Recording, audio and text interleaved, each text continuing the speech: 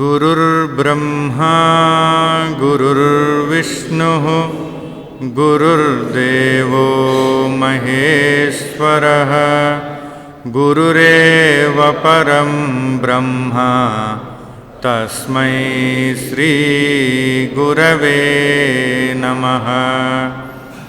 चिन्मयं व्यापि यत्सर्वं त्रैलोक्यं सचराचरं तत्पदं दर्शितं येन तस्मै श्री गुरवे नमः। वक्रतुण्डमहाकाय सूर्यकोटिसमप्रभा निर्विघ्नं कुरु मे देव सर्वकार्येषु सर्वदा। वसुदेवसुतं देवं कंसचाणूरमर्दनं देवकी परमानन्दं कृष्णं वन्दे जगद्गुरुम्। भवानी शङ्करौ वन्दे श्रद्धाविश्वासरूपिणौ याभ्यां विना न पश्यन्ति सिद्धास्वान्तस्तमीश्वरम्।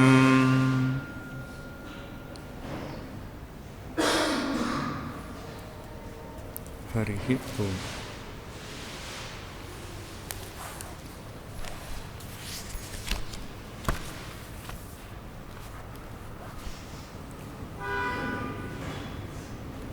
संपदवैभव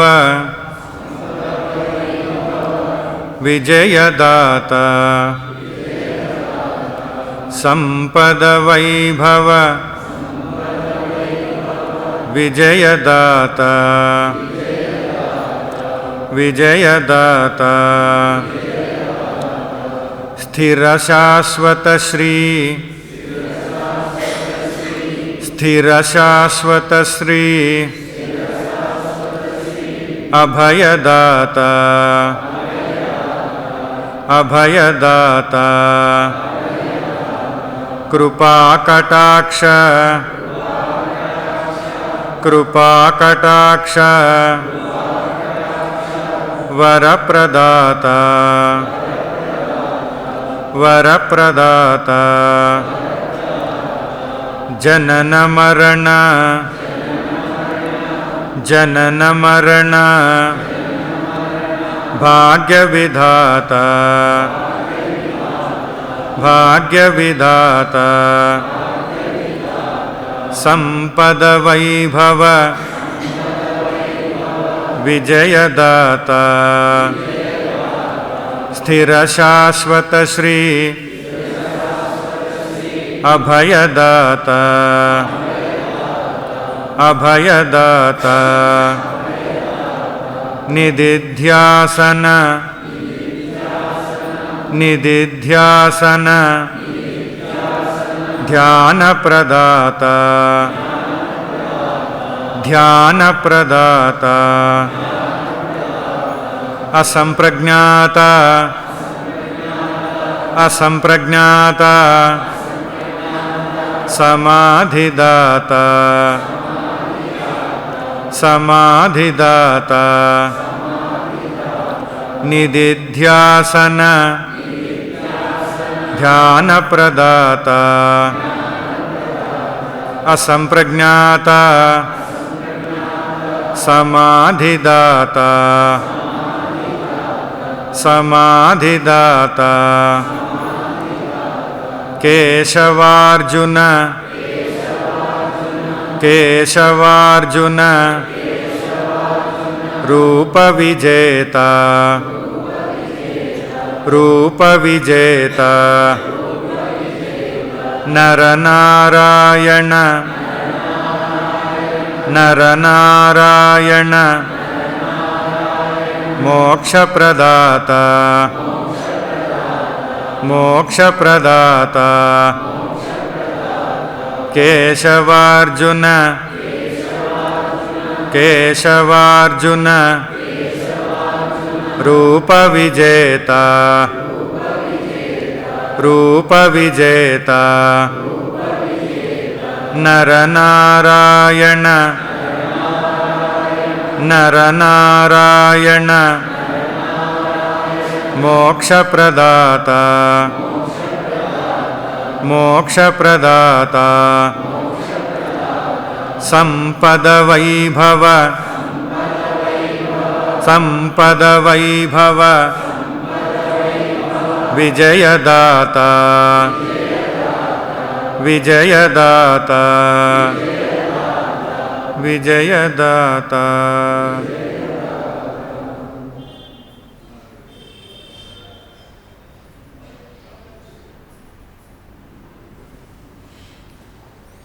హరి ఓం.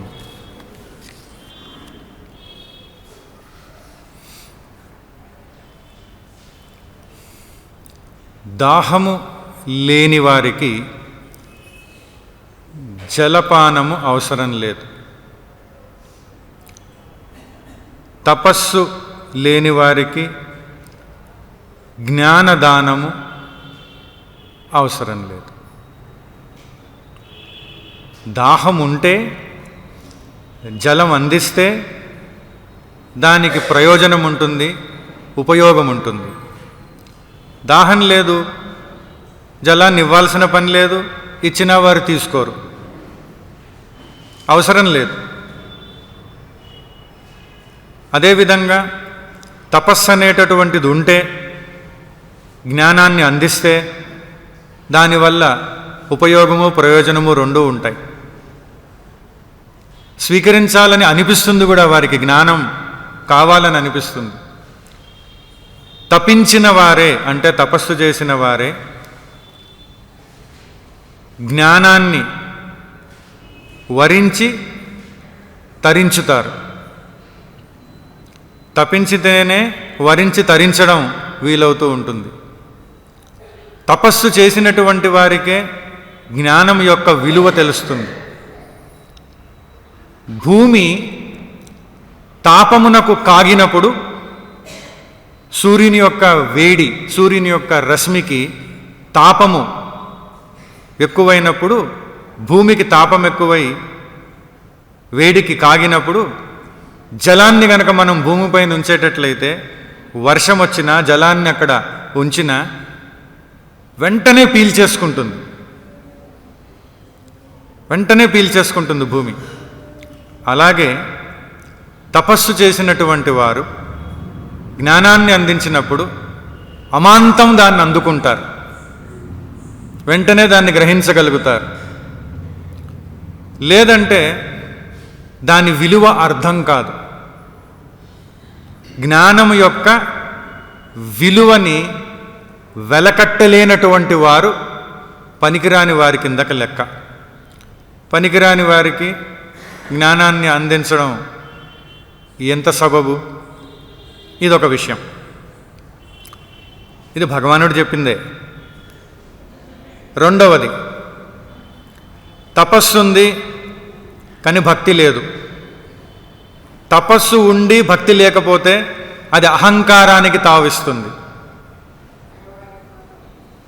తపస్సు ఉంది కానీ భక్తి లేదు, నమ్రత ఉండదు, అందుకని అహంకారం పెచ్చు పెరుగుతుంది.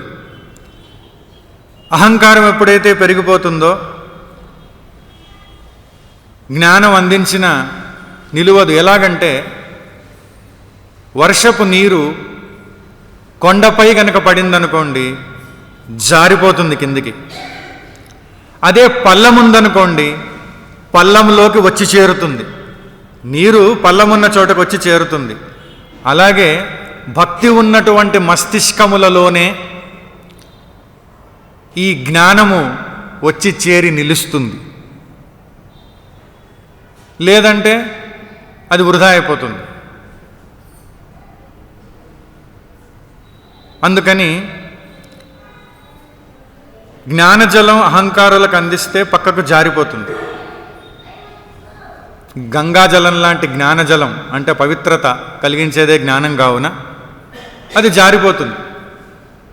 నిలబెట్టుకోలేరు, పెట్టుకోరు, నిలబెట్టుకోరు, పట్టించుకోరు. అందుకని భక్తి లేని వారు కూడా యోగ్యులు గారు గీతా జ్ఞానాన్ని పొందడానికి ముఖ్యంగా. ఇది రెండవ విషయం.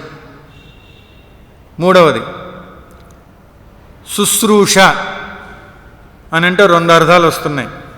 ఒకటి వినాలనేటటువంటి కుతూహలం కలిగినటువంటి వాడు, శుశ్రూష అంటే వినాలనేటటువంటి కుతూహలం. రెండవది శుశ్రూష అంటే సేవ చేయడం గురువుకి, ఆచార్యుడికి. ఈ రెండూ లేనటువంటి వారు. శుశ్రూష అంటే గురుసేవ చేయనటువంటి వారు, వినాలనేటటువంటి కుతూహలము లేనటువంటి వారు. వారికి ఇంకా వినిపిస్తే ఏం లాభం? నాకు వినాలనే లేదంటే ఇంకా వినిపిస్తే ఏం లాభం? వినాలని లేదు, శుశ్రూష చేయలేదు. సో అటువంటి వారికి కూడా జ్ఞానాన్ని అందివ్వడం ప్రయోజనకరం కాదు. మరొకటి నాలుగవది, ఇది మూడవ విషయం, ఇందాక చూస్తుంది. నాలుగవ విషయం భగవంతునిపై విశ్వాసము. భగవంతుడు ఉన్నాడనే విశ్వాసము, భగవంతుడు పరమాత్మయే అని ఏ విధంగా అవతారాన్ని దాల్చినా, రాముడిగా కృష్ణుడిగా ఇంకే విధంగా అవతారాన్ని దాల్చినా అతడు సామాన్య మానవుడు కాదు, అతడు పరమాత్మయే అనేటటువంటి విషయం. ఇది విశ్వాసం లేదనుకోండి, వాళ్ళు ఏమనుకుంటారు? భగవంతుడు సామాన్య మానవుడే. శ్రీకృష్ణుల వారు అవతార కార్యక్రమంలో ఉన్నప్పుడు, శ్రీరాముల వారు ఉన్నప్పుడు ఎంతమందికి తెలుసు వారు అవతారమూర్తి అని? ఎంతమంది నిజంగా గ్రహించారు? ఏదో మనలాంటి వారే అనుకున్నారు. అలా అనుకునేటటువంటి వారికి భగవంతుడు అనేటటువంటి విషయం తెలియకపోగా సామాన్య మానవుడు అని అనుకుంటూ ద్వేషించే పని కూడా చేస్తారు, ద్వేషిస్తారు భగవంతుడిని.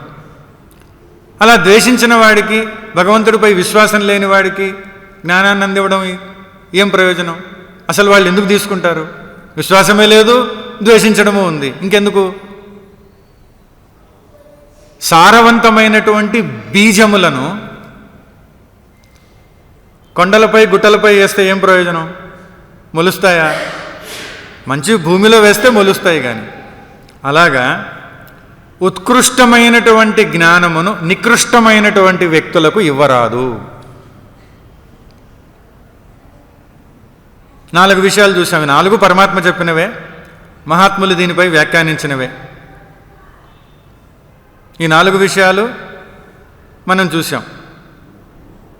తపస్సు, భక్తి, శుశ్రూష, విశ్వాసం.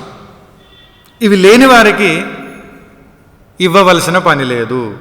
పరమాత్మ ఈ విషయాన్నే తెలియజేస్తూ ఉన్నారు 67వ శ్లోకంలో. ఇదం తే నా తపస్కాయ నా భక్తాయ కదాచన న చ శుశ్రూషవే వాచ్యం న చ మాం యోభ్యసూయతి. ఇదం అంటే ఈ గీతాశాస్త్రము, అతపస్కాయ అంటే తపోరహితునకును, అభక్తాయ భక్తుడు కాని వానికిని, అశుశ్రూషవేచ వినగోరని వానికిని, యహ మాం అభ్యసూయతి ఎవరైతే నన్ను మనుష్యునిగా తలచి, మానవుడిగా తలచి ద్వేషిస్తూ ఉన్నాడో వానికిని, తే కదాచన న వాచ్యం, నీకు నీ చేత ఎప్పుడూ కానీ చెప్పబడదగినది కాదు. అంటే నువ్వు చెప్పాల్సిన పని లేదు ఇటువంటి వారికి. ఎందుకు అంటే మనం ఇంతకు ముందే చూసాం. ఎందుకంటే వారికి ఇచ్చి ప్రయోజనం లేదు, విలువ ఉండదు వారికి. తెలుసుకోవాలని కుతూహలము లేదు, వాళ్ళు వినకపోయినా మనం వృద్ధేయాలని చెప్తే ప్రయోజనము ఉండదు. అంటే మనం కూడా అంటుంటాం ఎప్పుడైనా దీంట్లో మనకి ఏమిటంటే సలహా భగవంతుడు కూడా ఇచ్చేది, ఏదన్నా చెప్పాలనుకుంటే ఎవరికి చెప్తే ప్రయోజనమో చెప్తున్నారు. ఏదన్నా చెప్పదలిస్తే ముఖ్యమైనటువంటి విషయాలైనా సరే, విలువైనటువంటిదైనా సరే, ఏదైనా చెప్పాలని అంటే ఎవరికి చెప్పాలో తెలుసుకొని మరీ చెప్పాలి. అలాగే ఇక్కడ తపోనిష్ట లేని వారికి, ఈ విధంగా గురుభక్తి లేని వారికి, భగవద్భక్తి లేని వారికి, వాసుదేవుని పట్ల భగవంతుని పట్ల అసూయ ఉన్నటువంటి వారికి గీతాశాస్త్రమును ఉపదేశించే పని లేదు, అవసరం లేదు, ఉపదేశం చెయ్యరాదు అని చెప్తున్నారంటే భగవద్భక్తుడై ఉండాలి.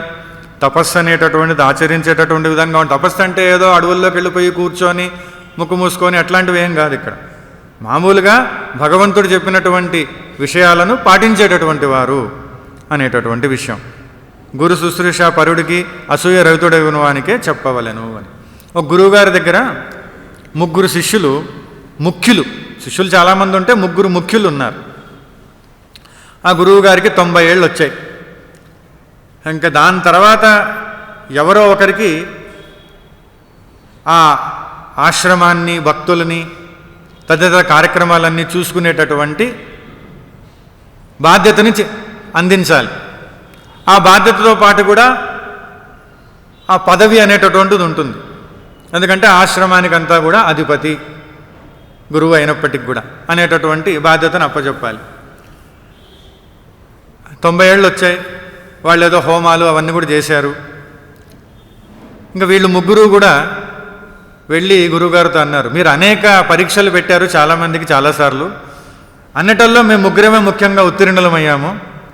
కావున ఇప్పటికైనా మాలో లేదా మాకు బాధ్యతను అప్పచెప్తే మంచిది అని చెప్పేసి వాళ్ళు గుర్తు చేశారు. అంటే దాంట్లోనే తెలిసి వస్తుంది వాళ్ళకి ఓర్పు పెద్దగా లేదు అనేటువంటి విషయం అనుకోండి. అయితే గురువుగారు అనుకుని అవును సమయం అయింది లేండి, బాధ్యత ఇవ్వాలని చెప్పేసి నేను ఒక చిన్న పరీక్ష పెడతాను, ఇప్పుడు ఫైనల్ పరీక్ష ఇది అన్నారు. ఇంకానా? అవును ఇంకా ఫైనల్ పరీక్ష అని చెప్పేసి ఫలానా సమయానికి మీరు మన ఆశ్రమానికి దగ్గరలో ఉన్నటువంటి ఒక వృక్షం దగ్గరికి రండి అన్నారు. ఆ టైంకి వాళ్ళు 3 వచ్చారు. వస్తే ఒక వైపున గురువుగారు వీళ్ళందరూ నిల్చొని ఉన్నారు. ఆ చెట్టు కింద నుంచి ఒక బాట వెళుతోంది, ఒక బాట మార్గం, కాలినడక బాట, ఒక త్రోవ వెళుతూ ఉంది. అయితే అక్కడ అన్ని ముళ్ళు పరిచున్నాయి. ఇప్పుడు మీకు ఇదే పరీక్ష, దీన్ని దాటాలి అన్నారు.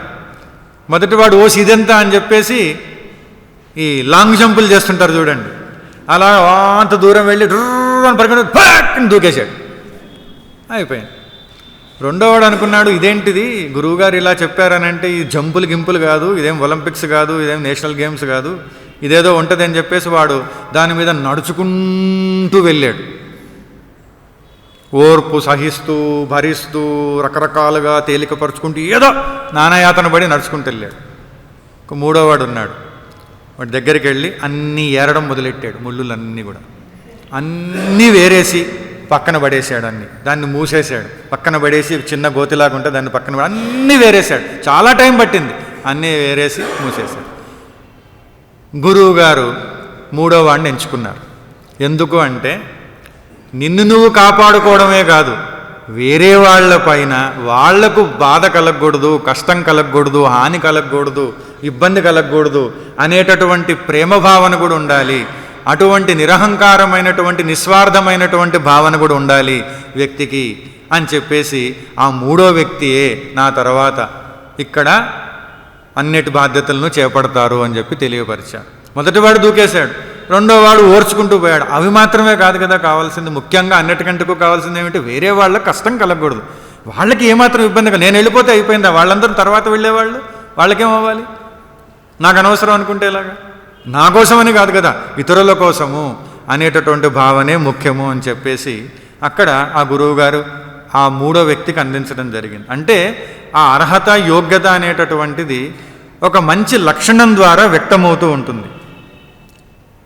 ఒక రాజుగారట ఎవరు చాలా ప్రేమించేటటువంటి భార్య నాకు అని చెప్పేసి ఆయన ఏదో మనసులో అనుకొని ఒక చిన్న పరీక్ష పెట్టుకున్నారట.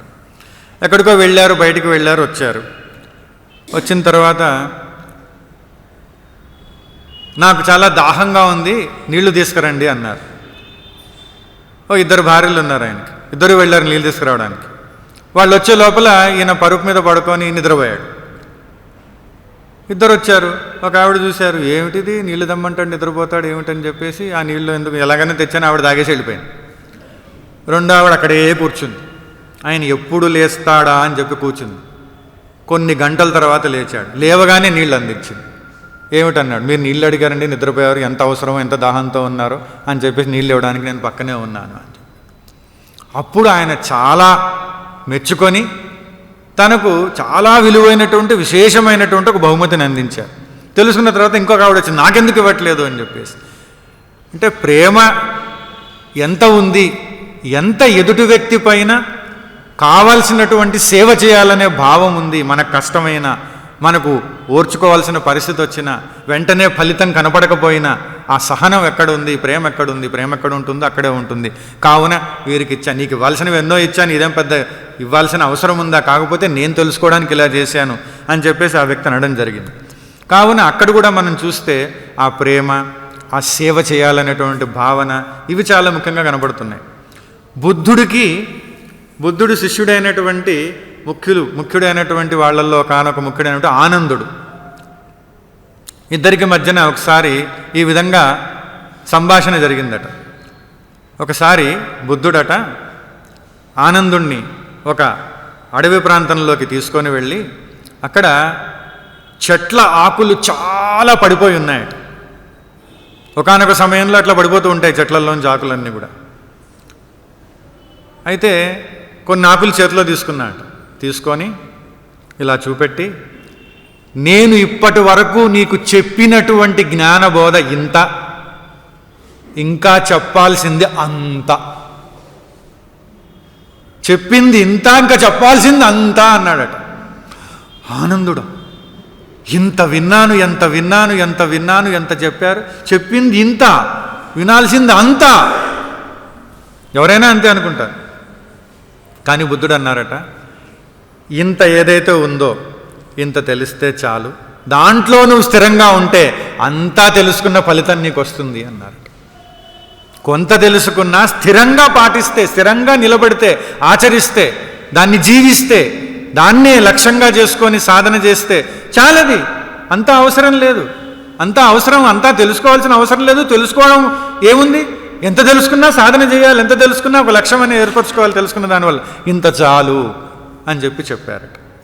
అంటే ఏమిటంటే ఆయన చెప్పగానే ఆనందుడు ఆయన మనసులో ఉండేటటువంటి వెలితి అనే ఆలోచన, ఇంకా తెలుసుకోవాలని ఆలోచన వదిలేసి, అంటే గురువుపై అంత విశ్వాసం ఉంది, నమ్మకం ఉంది అని చెప్తే చాలు. ఎంత తెలుసుకుంటే అంత చాలు. ఎంత తెలుసుకోవాలో, ఎంత తెలియజెప్పాలో గురువుకి తెలుసు, ఎలా తెలియజెప్పాలో కూడా తెలుసు.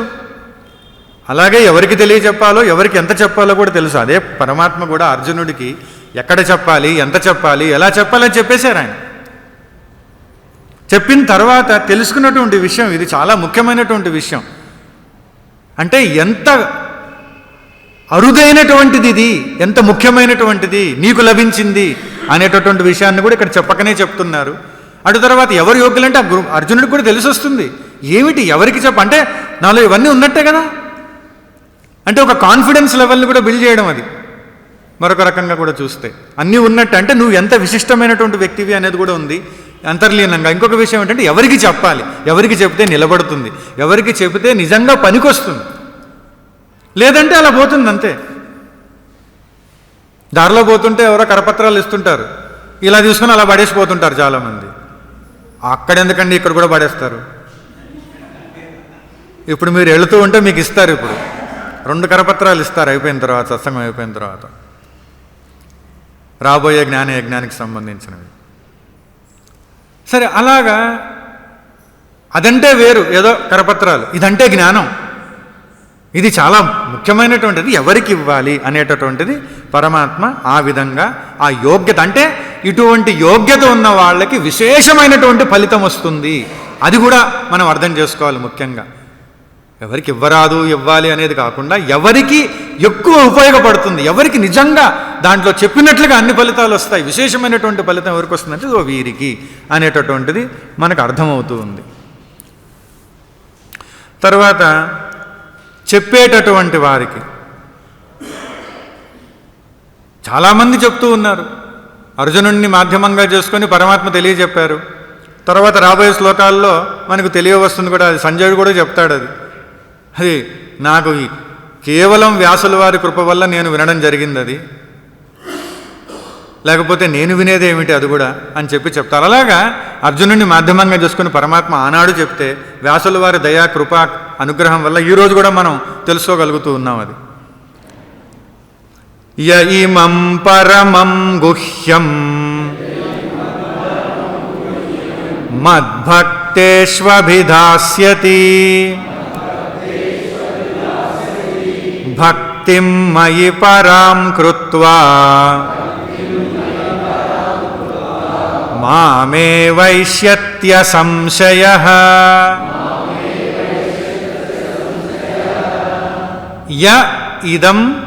యహ ఇదం పరమం గుహ్యం, ఎవరు యథోక్తమగు అతిరహస్యమగు గీతాశాస్త్రమును మద్ భక్తేషు అభిధాస్యతి, నా భక్తులకు వివరించి చెప్పును. అంటే ఆయనపై విశ్వాసం ఉంది, భగవంతుడనే నమ్మకం ఉంది, ప్రేమ ఉంది, అటువంటి వారికి వివరించి చెప్పును. సహ మయి పరాం భక్తిం కృత్వా, అతడు నా యందు పరమభక్తిని చేసి, అంటే పరమభక్తిని పొంది కలిగి, అసంశయ మాం ఏవ ఏష్యతి, సందేహరహితుడై నన్నే పొందును. అంటే నిజంగా భగవంతుడే తెలియపరుస్తున్నారనేటటువంటి భావన కలిగి పొంది భగవంతుణ్ణే చూస్తూ ఎప్పుడైతే భగవంతుడికే సేవ జరుగుతుందని చెప్పడం జరుగుతుందో అప్పుడు అటువంటి వారికి పరాభక్తి అనేటటువంటిది ఏర్పడుతుంది, లభ్యమవుతుంది. స్వయంగా భగవద్భక్తుడై భగవత్ శుశ్రూష చేసి గీతాశాస్త్రమును అర్ధసహితంగా ఎవరైతే చెప్తారో వ్యాఖ్యానిస్తారో వారు నన్నే పొందుతూ ఉన్నారు అని చెప్పారు. అటువంటి వారికి మనస్తత్వం ఎట్లా ఉంటుందయ్యా అంటే ఒకరు చెప్పారు. ఏమిటనంటే ఒక ఆయన చిన్న ఉదాహరణ చెప్తారు. ఒక నిశ్శబ్దంగా చలనరహితంగా ఉన్నటువంటి ఒక చిన్న సరస్సు, నీటి సరస్సులో ఒక రాయి వేశారనుకోండి. ఎవరైనా రాయేస్తే ఏమవుతుంది, మధ్యలో పడిన రాయి ఆ తరంగాలు ఏవైతే ఏర్పడతాయో అవి చివరి అంచుల వరకు వెళ్తాయి, ఆ సరస్సు యొక్క చివరి అంచుల వరకు వెళ్తాయి. మనం చూస్తున్న ఎక్కడికైనా వెళ్ళినప్పుడు వేస్తే తెలుస్తుంది, అంటే రాళ్ళేమని కాదు నేను చెప్పేది, తెలుస్తుంది. అలా ఏమన్నా పడింది అనుకోండి, అట్లా తరంగాలు అట్లా వెళ్తాయి. సరే, అదే ఒక నూనెలో వేశారనుకోండి, నూనె తరంగాలంత చివరి వరకు పోవు, కొంచెం దూరం పోయి ఆగిపోతాయి. రోడ్డు వేస్తుంటారు ఒక్కోసారి, తార్ రోడ్డు, తారు డాంబర్, దాంట్లో వేశారనుకోండి ప్రక్కన పడి అక్కడికే లోపలికి వెళ్ళిపోతుంది, మళ్ళీ మూసుకుపోతుంది, మళ్ళీ మూసుకుపోతుంది. దాంట్లో మళ్ళీ ఏం ఉండదు, వేసినట్టు కూడా ఉండదు, వేసినట్టు కూడా కనిపించదు, లోపలికి వెళ్ళిపోతుంది అంతే. పరిస్థితులు అనేటటువంటివి, కష్ట నష్టాలు అనేటటువంటి, ఇష్టాలు అనేటటువంటివి ఎదురైనప్పుడు నిజంగా ఎవరైతే భక్తి శ్రద్ధలతో ఇది చెబుతూ ఉన్నారో తెలుసుకుంటూ ఉన్నారో వారి మనస్సు అలా ఉంటుంది అని చెప్పేసి ఏమాత్రం ఇంప్రెషన్ అనేది క్రియేట్ కాదు. ఏమాత్రం అయినా టెంపరీగా అనిపించినా మళ్ళీ వెంటనే ఏం కానట్టే ఉంటారు, ఏం అయినట్టే కనపడదు.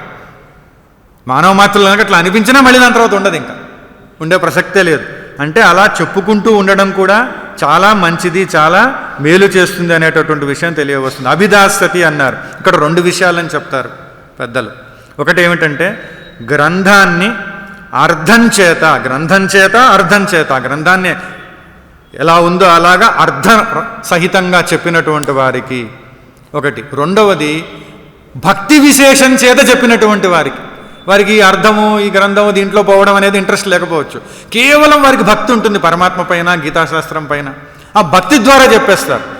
ఏ విధంగా చెప్పినటువంటి వారికి కూడా అని చెప్పేసి, అంటే పరమ గురువు అయినటువంటి శ్రీకృష్ణ పరమాత్మ, జగద్గురువు అంటాం కదా శ్రీకృష్ణ పరమాత్మని, అందుకని ఆ జగద్గురువు అయినటువంటి పరమ గురువు అయినటువంటి శ్రీకృష్ణ పరమాత్మ యొక్క సేవయే నేను చేస్తున్నాను, అంతేగాని ఎవరికో చెప్తున్నాను, వాళ్ళకి మేలు చేస్తున్నాను, నాకు పుణ్యఫలం వస్తుంది, ఇట్లా కాదు భావన. భగవంతుడి సేవయే చేస్తున్నాను, భగవంతుడి వలననే జరుగుతోంది, నేను ఊరికే ఉత్తుత్తి మాధ్యమం మాత్రమే, భగవంతుడే చేయిస్తున్నారు, భగవంతుడికి సేవనే చేస్తున్నాను అనేటటువంటి నిశ్చయమైనటువంటి భావంతో ఎవరైతే గీతా అర్థాన్ని స్థాపిస్తూ ఉన్నారో అటువంటి వారు వాసుదేవుడినే శీఘ్రముగా సంసారం నుంచి ముక్తిని పొందుతూ ఉన్నారు. ఇంకా ఆ విషయాన్ని చెబుతూ నచ తస్మాన్మనుష్యేషు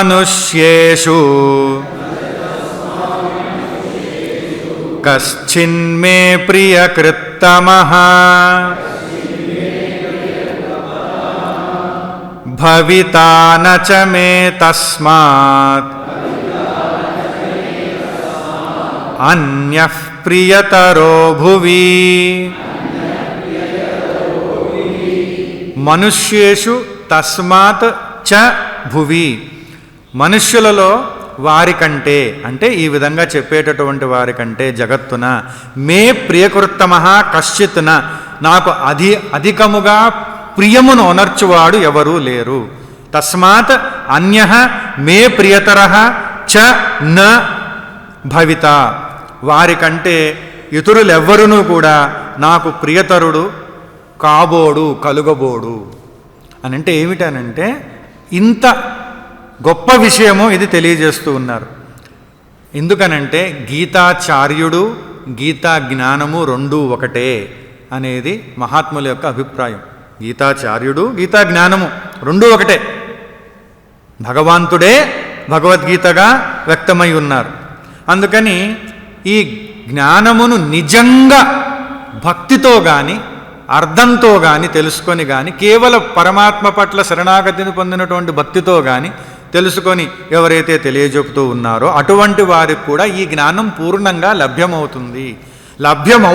కావున అటువంటి జ్ఞానియే నా ఆత్మ అవుతూ ఉన్నారు, అటువంటి వారు నన్నే పొందుతున్నారు. అంటే వేరే వాళ్ళ ఆత్మ కాదని కాదు, అందరి ఆత్మ ఆయనే పరమాత్మే. కాకపోతే ఎవరిలో ఇది ప్రతిఫలించి వ్యక్తమవుతూ ఉందో వారు నాకు ప్రీతిపాత్రులు అనేటటువంటి ఈ విషయం తెలియజేస్తూ ఉన్నారు. అత్యంతమైనటువంటి ప్రేమను కలిగించేటటువంటి వాడు, నాలో ప్రీతి అతిశయాన్ని కలిగించేటటువంటి వాడు, అటువంటి వాడు వర్తమాన కాలంలో కానీ లేడు, పూర్వం ఉన్నటువంటి వాడు కాదు, భవిష్యత్తులో కూడా కలుగబోడు. అంటే ఏమిటి ఇక్కడ? ఈ భూలోకంలో అంతకంటే నాకు ప్రీతిని కలిగించేవాడు ఉండబోడు అని చెప్పేసి. అంటే అంత ప్రీతి కలుగుతుంది పరమాత్మకి, భగవంతుడికి. ఎందుకు? అటువంటి చెప్పేటటువంటి వ్యక్తి ఏమవుతుంది, ఆ జ్ఞానం పూర్ణంగా తెలుసుకొని తానే భగవంతుడే తనలో ఉన్నాడనేటటువంటి భావాన్ని అనుభవపూర్వకంగా పొందే జ్ఞానాన్ని పొందగలుగుతూ ఉన్నాడు గనక ప్రీతిపాత్రుడు అని చెప్పేసి. సరే, ఆ విధంగా బాగానే ఉంది. మరి చదివే వాళ్ళ సంగతి ఏమిటి? చెప్పడం కాదు, చదివే వాళ్ళ సంగతి ఏమిటి అని అంటే ఆ విషయాన్ని చెబుతూ అధ్యేష్యతే చయ ఇమం ధర్మ్యం సంవాదమావయోః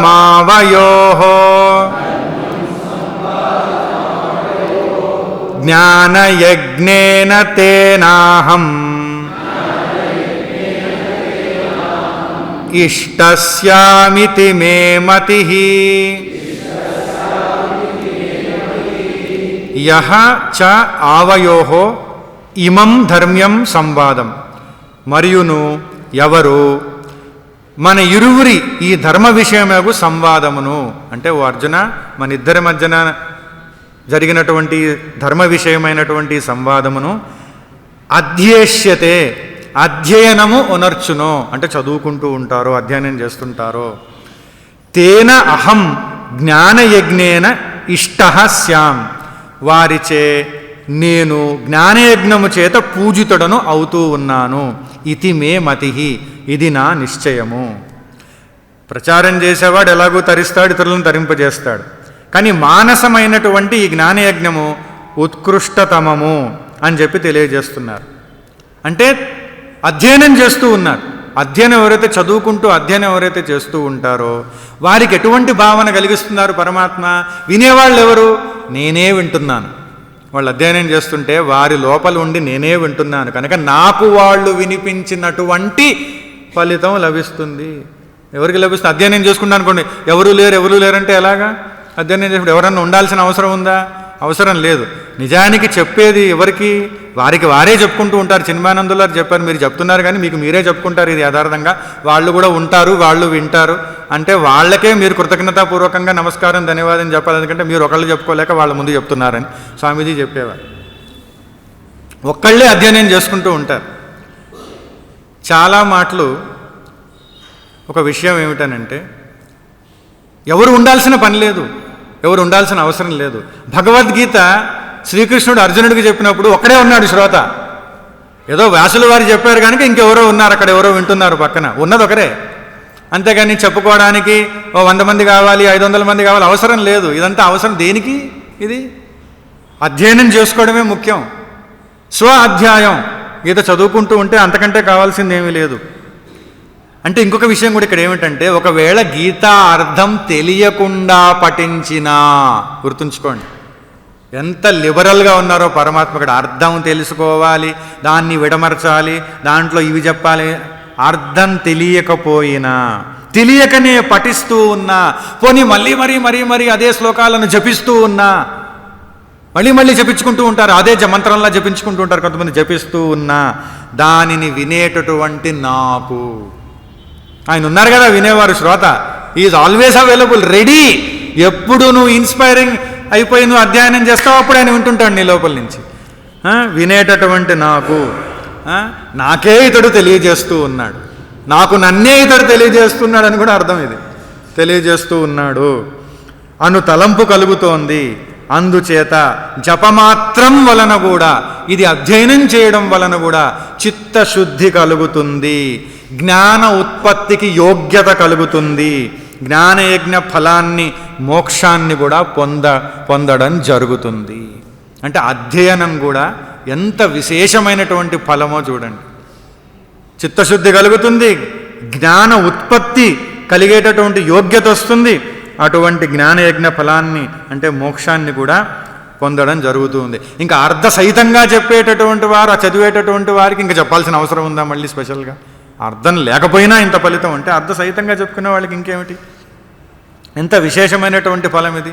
స్వాధ్యాయం, అందుకనే మన పెద్దలు పూర్వీకులు చెప్తూ ఉండేవారు, ప్రతిరోజు కూడా కాసేపు స్వాధ్యాయం చేసుకోవాలి, కాసేపు మంచి గ్రంథాన్ని తీసుకొని, మన ఉన్నటువంటి సంస్కృతిలో ఎన్ని విశేషమైనటువంటివి ఉన్నాయి. భగవద్గీత తలమానికంగా కనపడుతూ ఉంది, దాన్ని తీసుకొని కాసేపు చదువుకుంటే చాలు, పరమాత్మే ఉంటారు, వింటూ ఉంటారు. ఎంత ఫలం, ఎంత విశేషమైనటువంటి ఫలం చూడండి, చదువుకుంటే చాలు. అంత గొప్ప ఫలితం అన్నమాట దీనికి. సరే, మరి ఊరికే ఆలకించేవారికో, చెప్పేవాళ్ళు అయిపోయారు, చదువుకునే వాళ్ళు అయిపోయారు, చెప్పే ఇంట్రెస్ట్ లేదు, చదివేటటువంటి లేదు, ఏదో ఏం చదువుతూ ఉంటే వింటామండి, ఏదో మాకు బుద్ధి దోచిన సేపు కాసేపు వింటామండి అంటే వినేటటువంటి వారికి ఫలశ్రుతి చెప్తూ, శ్రద్ధావాననసూయశ్చ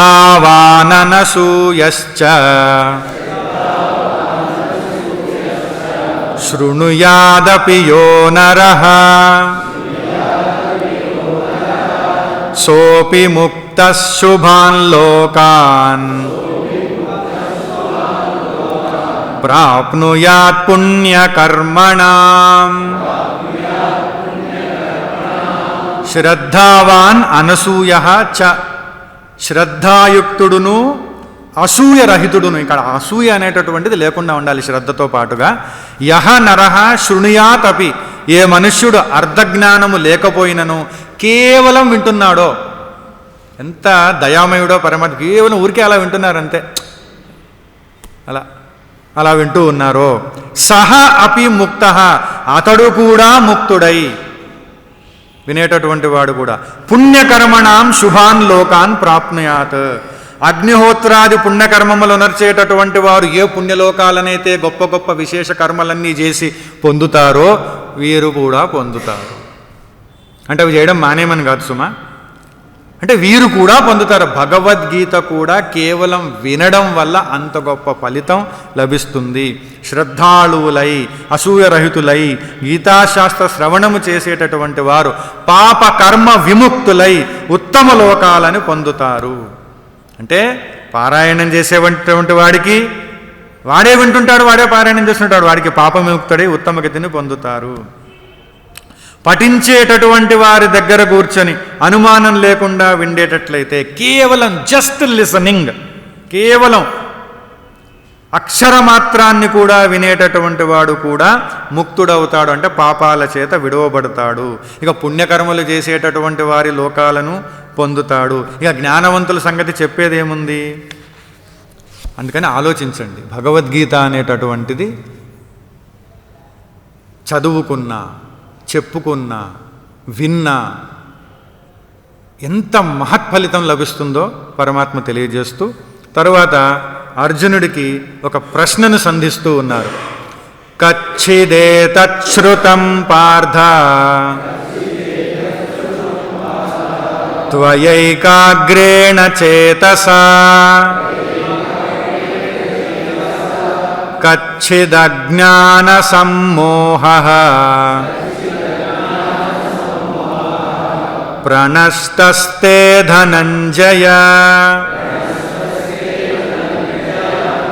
పార్థ త్వయా ఏకాగ్రేణ చేతస, అర్జున నీ చేత నిశ్చయమగు, నిశ్చలమగు మనస్సుతో, ఏకాగ్రమైనటువంటి మనస్సుతో, ఏతత్ శృతం కచ్చిత్, ఇది వినబడినదా అంటే వినేటటువంటి వారికి ఏకాగ్రత ఉండాలనేటటువంటి విషయం ఇక్కడ తెలుస్తుంది. అంటే వినడానికి కూడా ఎవరు వింటే, ఇంతకుముందు వింటే విన్నవాళ్ళకు కూడా అని చెప్పారు కదా, ఏకాగ్రతతో శ్రద్ధతో వింటే. ధనంజయ తే అజ్ఞాన సమ్మోహ ప్రణష్ట కచ్చిత్, అర్జున నీ అజ్ఞానజనితముకు మోహము తొలగినదా. అంటే ఇక్కడ గురువు యొక్క బాధ్యత ఏమిటి అనంటే, శిష్యుడికి ఉండేటటువంటి అజ్ఞానం వలన ఏర్పడినటువంటి సంశయ విపర్యములు ఏవైతే ఉంటాయో అవి తొలగి జ్ఞాన ఉత్పత్తి కలిగే వరకు చెప్తూ ఉండాలి.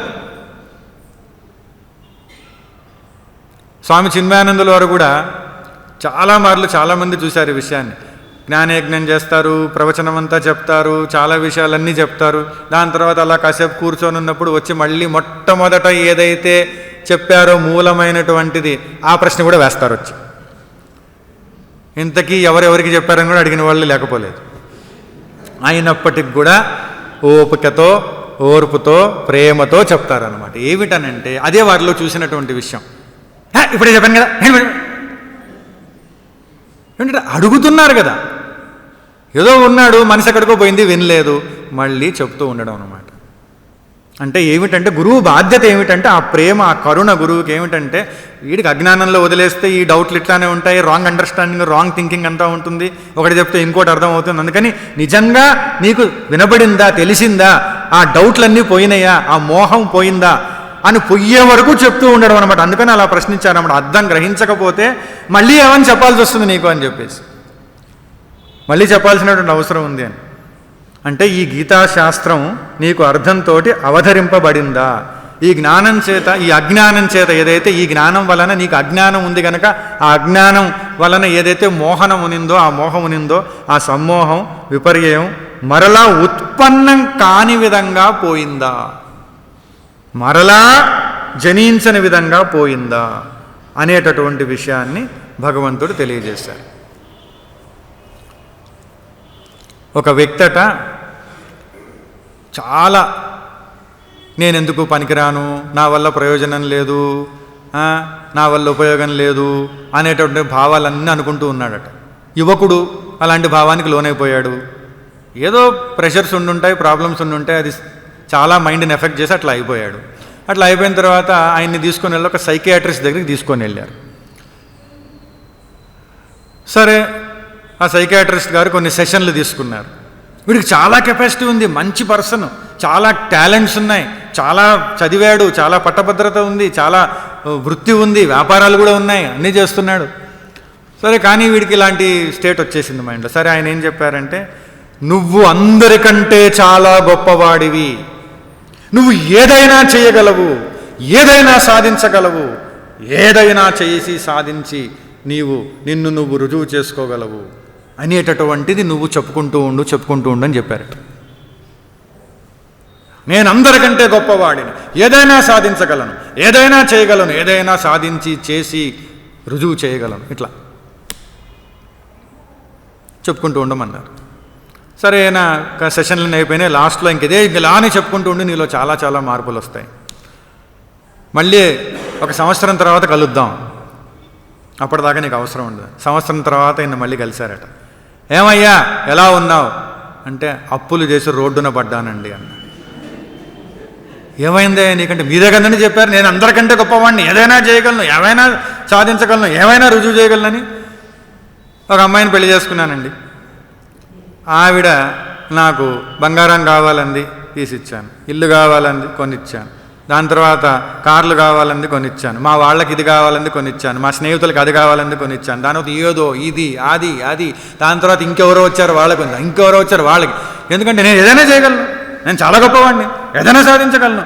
అప్పులు చేసి చేసి చేసి అందరికీ వాళ్ళందరూ వచ్చి మీద పడ్డారు. ఇప్పుడు నేను రోడ్డున పడ్డాను. ఆ వచ్చినప్పుడు వదిలేసి వెళ్ళిపోయింది. రోడ్డున పడ్డవాడితో నేనేంటుండేదని వెళ్ళిపోయింది. మళ్ళీ మొదటకు వచ్చిందండి కథ అన్నాడు. అంటే అప్పుడు ఈయన ఆలోచించాడు, నేను చెప్పింది ఏంటి, నువ్వు అర్థం చేసుకుంది ఏంటి?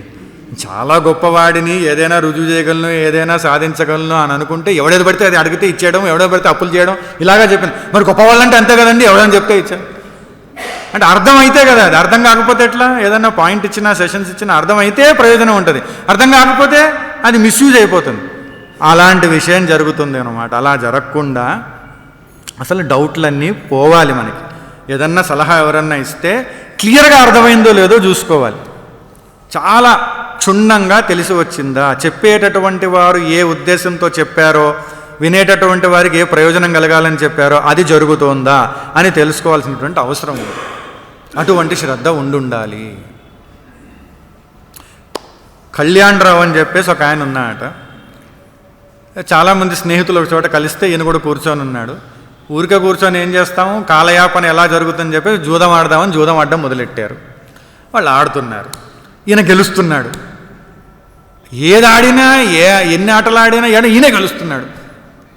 గెలుస్తూ గెలుస్తూ గెలుస్తున్నాడు. ఉన్నట్టుండి టైం చూసుకున్నాడు. అమ్మో లేట్ అయిపోయింది, పెళ్ళికి వెళ్ళాలి, పెళ్ళికి వెళ్ళకపోతే చాలా చాలా ఇంపార్టెంట్, అది నేను వెళ్ళాల్సిందే, నేను వెళ్ళిపోవాలని లేచాడు. వాళ్ళందరూ ఏమిటి, ఇన్ని గెలిచాడు, వీడిని ఓడగొట్టి మనం లాక్కుంటే కదా, ఎలాగ వీడిని పంపిస్తా, నువ్వు పోవడానికి లేదంటారట. వాడు నేను వెళ్ళాలయ్యా అంటాడు, నువ్వు పోవడానికి లేదు, నేను వెళ్ళాలి. అరే చాలా ఇంపార్టెంట్ అయ్యా పెళ్ళి అంటే, నువ్వు వెళ్ళకపోతే ఏం పెళ్ళి ఆగిపోతుందా, నువ్వు వెళ్ళడానికి లేదని వాళ్ళు. అప్పుడు నేను అన్నట, పెళ్లి కొడుకు నేనేనయ్యా, నేనే పెళ్లి కొడుకుని, నేను వెళ్ళకపోతే పెళ్ళి ఆగిపోతుంది. ఆ పెళ్ళి పెట్టుకొని అయిపోయే టైం వరకు వీడు ఎలా ఉంటే ఎలాగా? ఏదన్నా చేసేటప్పుడు ఏది చేస్తున్నాం, ఎలా చేస్తున్నాం, ఎందుకు చేస్తున్నాం అనే శ్రద్ధ ఉండాలి కదా. ప్రతి పని విశిష్టమైనటువంటి దానిగా, దానికి ప్రత్యేకంగా గుర్తించి, దానికి విలువనిచ్చి, దానిపై మనసును ఏకాగ్రం చేసి ఎలాగ దాన్ని సాధించాలనేటటువంటి విషయం తెలియాలి కదా. ఏదో ఒకటేదో పెట్టుకొని ఇంకో దాంట్లో లేనిపోయి మర్చిపోయి ఇట్లా ఉంటే ఎట్లాగా? అందుకని చెప్పేసి స్వామి చిన్మయానందులో కూడా సింగిల్ పాయింటెడ్నెస్ అనేటటువంటి చెప్పేవారు. అంటే ఇప్పుడు రోజుల్లో అందరూ మల్టీ టాస్కింగ్ అని చెప్పి అంటుంటారు, కానీ యథార్థానికి నిజంగా మనస్సు అనేటటువంటిది ఒక్కదాని మీద పరిపూర్ణంగా 100% ఏకాగ్రత మాత్రం పెట్టగలుగుతారు. 4 చెయ్యొచ్చు, ఒక 4-5 చెయ్యొచ్చు, కానీ అది అలాగా ఆ ఎక్స్పర్టీజ్ వచ్చేసి అట్లా చేసుకుంటూ వెళ్ళిపోవచ్చు. కానీ నిజంగా 100% మైండ్, గురుదేవులు సినిమాలో ఎన్నిసార్లు చెప్పారు, సింగిల్ పాయింటెడ్నెస్, 1 పాయింటెడ్నెస్ అనేటువంటి ఎందుకు చెప్తూ వచ్చారు అది అని అంటే, దాన్ని పరిపూర్ణంగా దాని మీద టోటల్ కాన్సన్ట్రేషన్. వివేకానంద స్వామి ఎన్నిసార్లు మాట్లాడారు, పరమాత్మ ఎన్నిసార్లు చెప్తారు, ఆ టోటల్ కాన్సన్ట్రేషన్. ఏకం అగ్ర, ఏకాగ్రం అంటే ఒకటే దాని మీద టోటల్గా ఫోకస్ చేసి ఉంచాలి అని చెప్పేసి సాధించాలని అంటే ఆ విధంగా అని చెప్పేసి. ఒక యువకుడు ఒక వన ప్రాంతంలో అట్లా వెళుతూ ఉంటే ఒక యువతి ఆర్తనాదాలు చేస్తూ కనిపించిందట. కాపాడండి, రక్షించండి, కాపాడండి అని. ఆవిడ వన ప్రాంతానికి ఎందుకు వచ్చింది తెలియదు, వచ్చింది ఏమిటంటే ఒక బురద గుంటలో కూరుకుపోయింది. అది ఆల్మోస్ట్ ఒక ఊబిలాగా ఉందనుకోండి, కానీ బురద గుంట కూరుకుపోతూ ఉంది. కాపాడండి అంటే ఈయన వెళ్ళి కష్టపడి ప్రయాసపడి ఈ ఊడలు తీసుకొచ్చి, ఆ కొమ్మలు తీసుకొచ్చి ఏదో లేచి మొత్తానికి లాగి బయటపడేసాడు. తీసుకొచ్చిన తర్వాత ఇట్లా చూసి అట్లా వెళ్ళిపోతుందట నడుచుకుంటూ. నేను అనుకున్నాడు, ఇదేంటిది, కనీసం థ్యాంక్ యూ అనన్నా చెప్పాలి కదా, ఇంత రిస్క్ తీసుకున్నావు, ఇంత పడిపోతుంటే కాపాడో, థ్యాంక్స్ అని చెప్పాలి కదా. ఫీల్ అయిపోయాడు. ఏమాత్రం చెప్పదేంటి వీడు అని చెప్పేసి, ఓ అమ్మాయి ఏమిటి అంటే ఆగింది. ఏమిటి, నువ్వు నాకేం థ్యాంక్స్ కూడా చెప్పట్లేదు, నువ్వు ఇట్లా ఈ వన్న ప్రాంతంలోకి ఎవడు రాడు కూడా రాడు, నేనేదో ఆ టైంకి ఇట్లా వస్తున్నాను, ఇట్లా చేశాను, నువ్వు థ్యాంక్స్ కూడా చెప్పావేంటని. చెబితే ఏమవుతుందో తెలుసా అన్నదట. ఏమవుతుందని, నువ్వు ఫస్ట్ నా అడ్రస్ అడుగుతావు, ఈమెయిల్ అడుగుతావు, లేకపోతే వాట్సాప్ గ్రూప్ది డీటెయిల్స్ అడుగుతావు, ఫోన్ నంబర్ అడుగుతావు, దాని తర్వాత మెసేజ్ ఇస్తావు, దాని తర్వాత కలవమంటావు, దాని తర్వాత కలుస్తాం, దాని తర్వాత ఫీలింగే పెరిగిందంటావు, దాని తర్వాత లవ్ అంటావు, దాని తర్వాత ఏమవుతుందో తెలుసా, నువ్వు దీనికంటే పెద్ద ఊబిలో పడిపోతావు. వ్యామోహ ప్రేమ సంబంధం అనేటటువంటి పెద్ద ఊబిలో పడిపోతావు. అప్పుడు ఎవడో వచ్చి నిన్ను రక్షించాల్సి వస్తుంది. కాపాడినందుకు నేను థ్యాంక్స్ చెప్తున్నానండి అని చెప్పి వాడు వెళ్ళిపోయాడు. అంటే అటువంటి ఊబిలో పడకుండా కాపాడినందుకు నేనే థ్యాంక్స్ చెప్తున్నానండి. అంటే ఎవడు ఎప్పుడు ఎలా పడతాడో ఎవడికి తెలుసండి. అందుకని అంతా బాగానే ఉంది, అన్నీ మనం చేసేసుకుంటున్నాం అనుకుంటూ పోవడం కాదు అక్కడ. ఈ భగవద్గీత యొక్క జ్ఞానం ఎలాంటిది అని అంటే, ప్రతి ఒక్కరికి ఏ కాలంలోనైనా సరే వారికి ఉన్నటువంటి ఏ సమస్య అయినా, ఏ క్లిష్ట పరిస్థితి అయినా ఎదుర్కొనడానికి కావలసినటువంటి సంసిద్ధతను అందిస్తుంది. కావలసినటువంటి యుక్తిని, ధైర్యాన్ని, సాహసాన్ని అన్నిటినీ అందిస్తుంది భగవద్గీత అనేటటువంటి. అందుకే భగవద్గీత ప్రతి ఒక్కరికి ఉపయోగపడేటటువంటి శాస్త్రము. భగవద్గీత స్వామి చిన్మయానందులు అంటారు, గీతా విధానం, జీవన విధానం, గీతా విధానం రెండు ఒకటే అవ్వాలి. అది అందరిది, ఒక్కరిది కాదు, అందరి కోసం పరమాత్మ చెప్పారు. ప్రతి ఒక్కరికి పరిష్కారం లభిస్తుంది.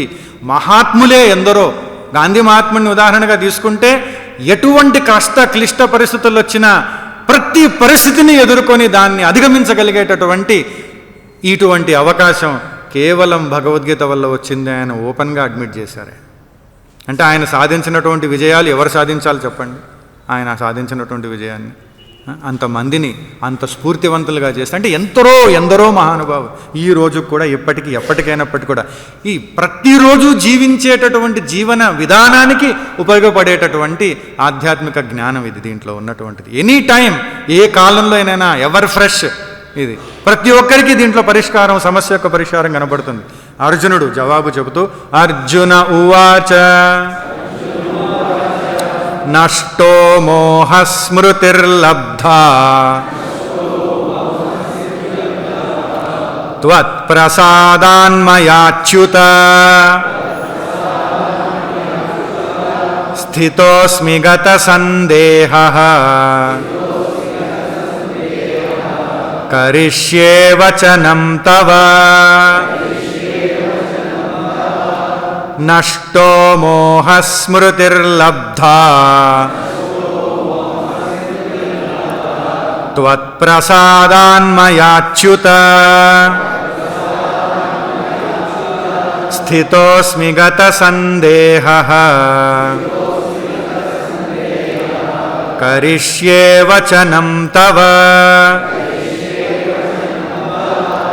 అర్జునుడు జవాబు చెప్తూ ఉన్నారు, అచ్యుత త్వత్ ప్రసాదాత్ మోహ నష్ట.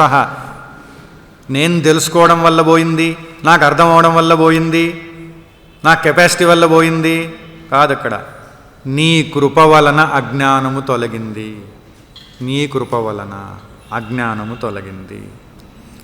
గొప్ప శిష్యుడికి సంకేతం ఏమిటంటే, ఎంత తెలిసినా, ఎంత అనుభవం వచ్చినా, ఎంత తెలియజెప్పినా గురువు గురువే, శిష్యుడు శిష్యుడే. ఆ గురువు పాదాల చింతనే ఉంటారు శిష్యులు. అది మనం ఆదిశంకర్ల పరంపరలో చూసినా, పద్మపాదాచార్యులు అని, సురేశ్వరాచార్యులు అని వాళ్ళు ఏం చెప్పారనేటువంటి చూసేటట్లయితే గురువుని గంగాజలంతోనూ తమని ఒక మామూలు కాలువ, మురికి కాలువ నీటితోనూ పోల్చుకున్నారు. గురువును సూర్యుడితోనూ తమని మినుగుడు పురుగుడుతోనూ పోల్చుకున్నారు. వారి గురువుకి ఎంత తెలుసో వారికి అంతే తెలుసు.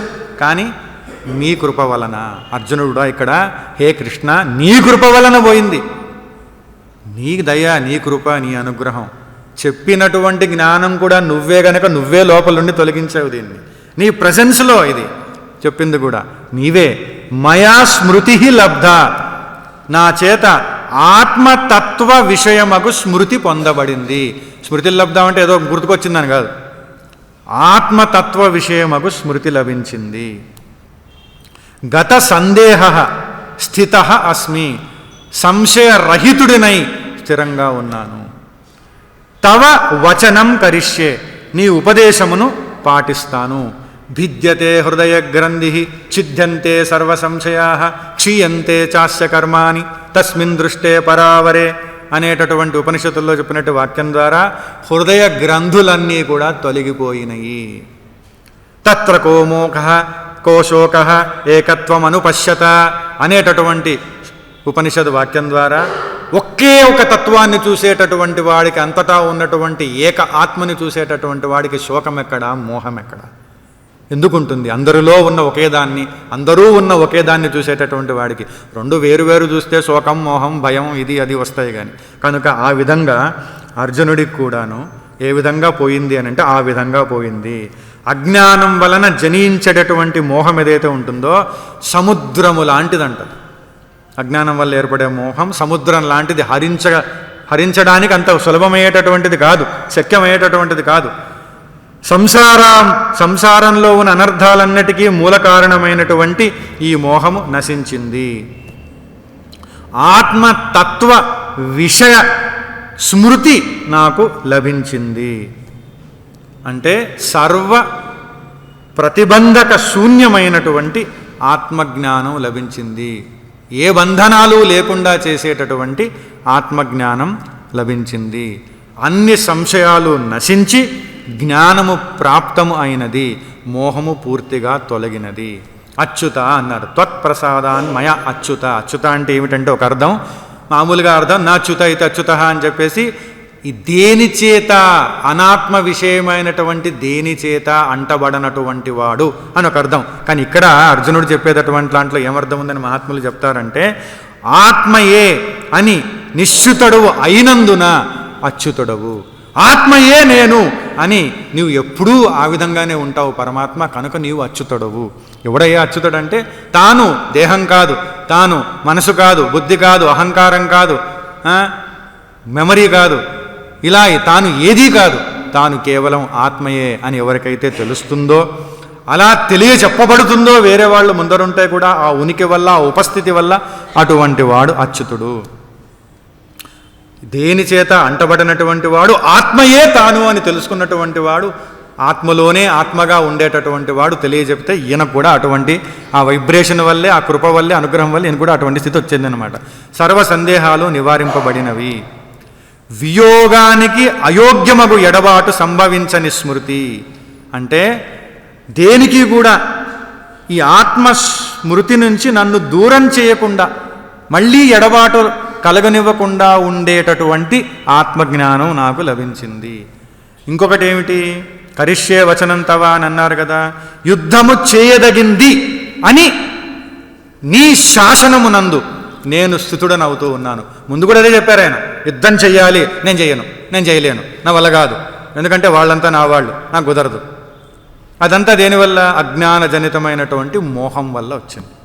ఇప్పుడేమైంది? అది పోయింది. కావున ఇప్పుడేంటి? మీరు ఏదైతే చెప్పారో యుద్ధము చేయదగింది అని మీ శాసనం ఏదైతే ఉందో దాని యందు నేను ఫర్మ్గా ఎస్టాబ్లిష్ అయి ఉన్నాను. ఇంక దీని తర్వాత జీవిత పర్యంతము మీ వాక్యాన్నే పాటిస్తాను.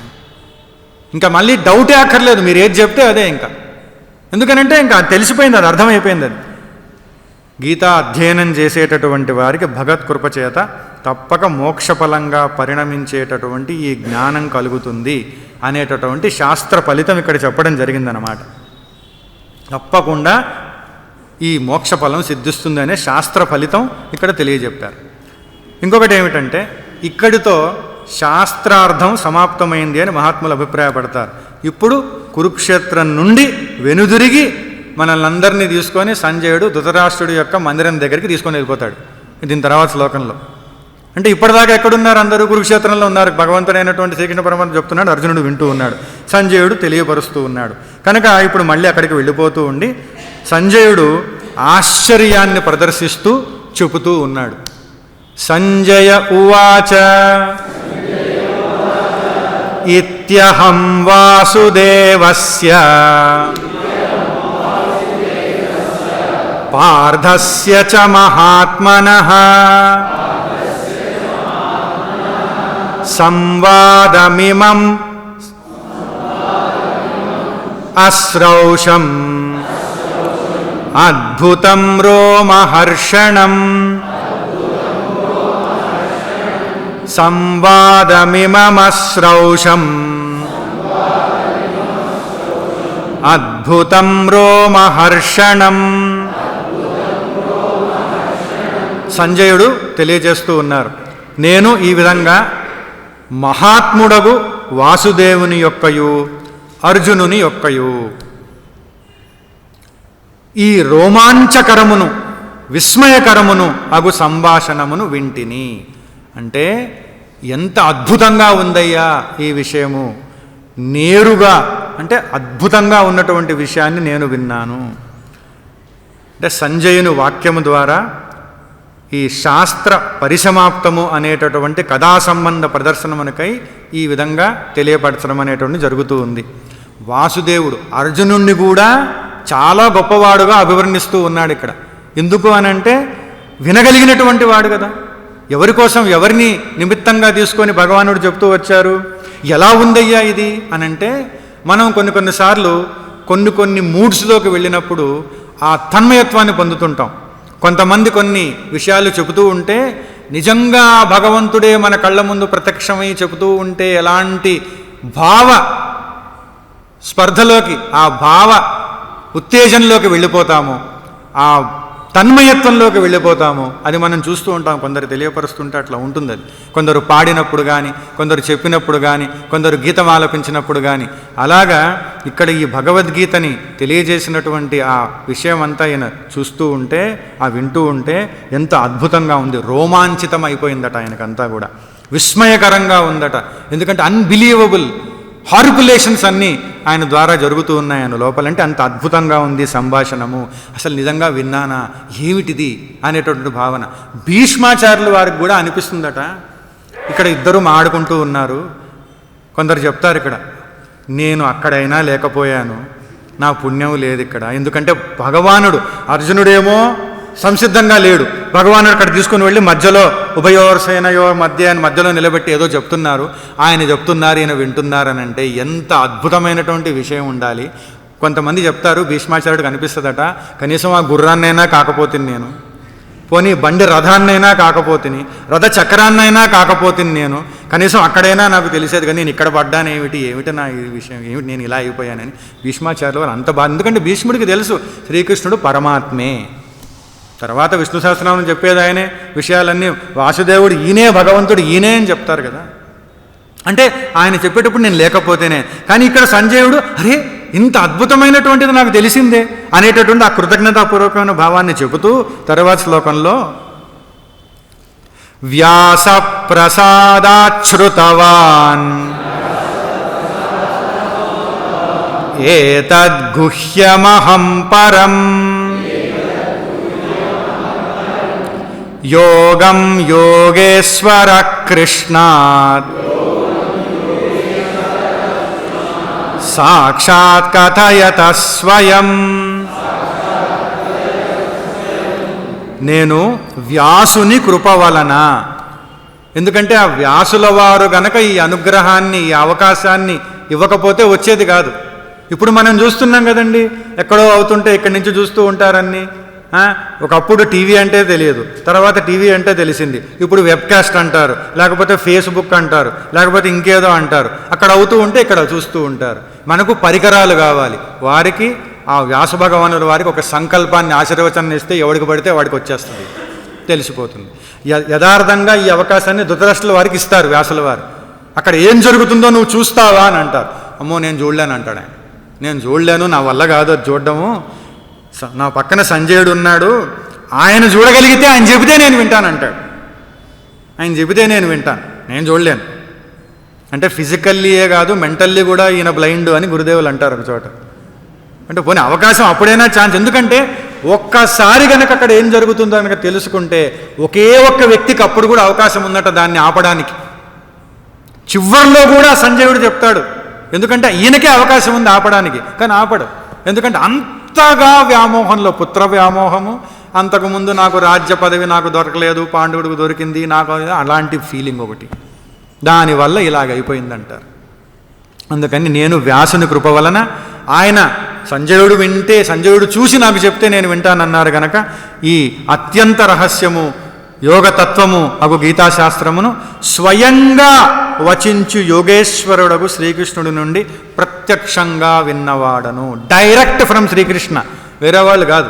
సంజయుడు విన్నది నేరుగా విన్నాడు, ఆయన చెప్తూ ఉంటే ఆయన విన్నాడు. అంతగాని చెప్తే ఇంకెవరో విన్నారు, ఇంకెవరో ఏం కాదు, డైరెక్ట్గా విన్నాను. అంటే ఎంత భాగ్యం ఇది! ఆయన చెబితే నేను వినడం ఏమిటి, ఆయన చెబితే అర్జునుడు విన్నాడు కానీ నేను వినడం ఏమిటి అంటే నేను కూడా వినగలిగాను వ్యాసుల వారి దయ వలన, కృప వలన, అనుగ్రహం వలన. రాజన్ సంస్మృత్య సంస్మృత్య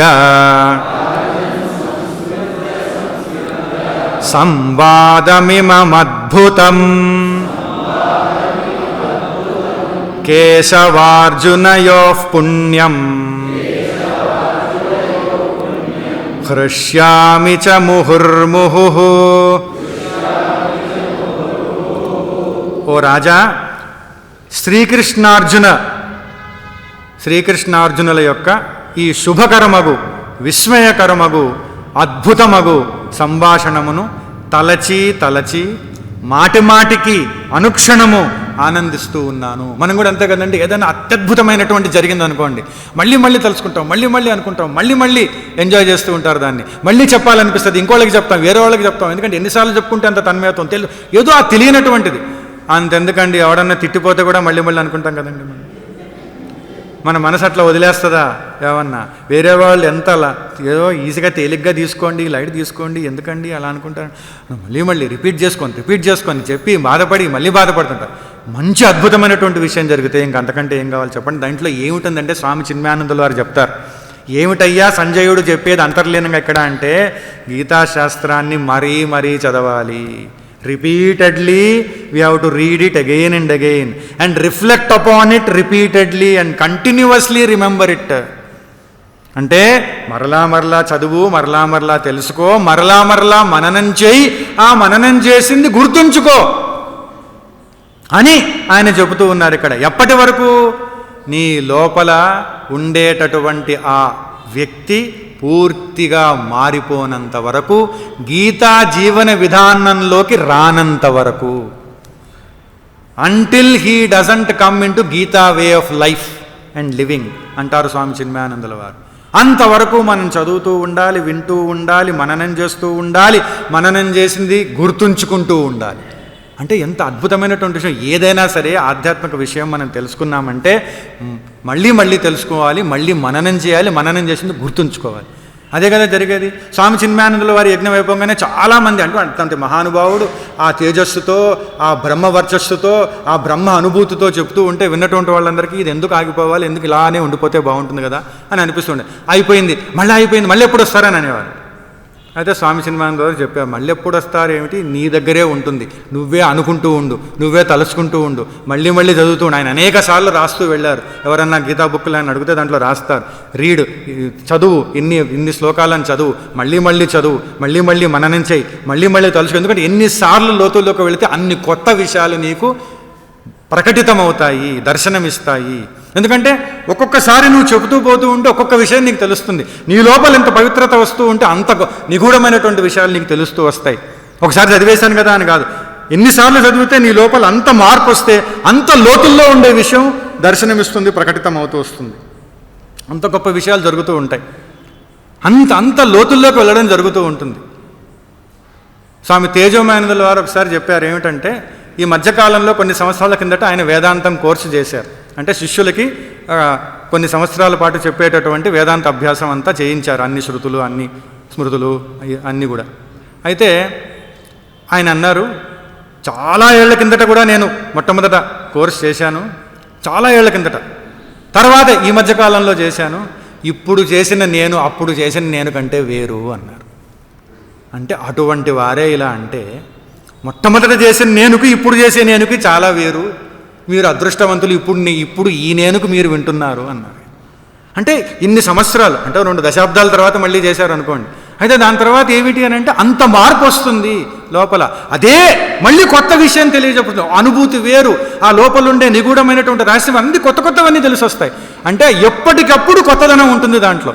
ఎందుకంటే అది కాలాతీతమైనటువంటిది, నిత్య నూతనమైనటువంటిది. అది పరమాత్మ సంబంధితమైనటువంటిది కనుక మనకు కూడా ఈ ఒక చక్కని విషయాన్ని ఇక్కడ సాధనని చెప్తూ వచ్చారు. తచ్చ సంస్మృత్య సంస్మృత్య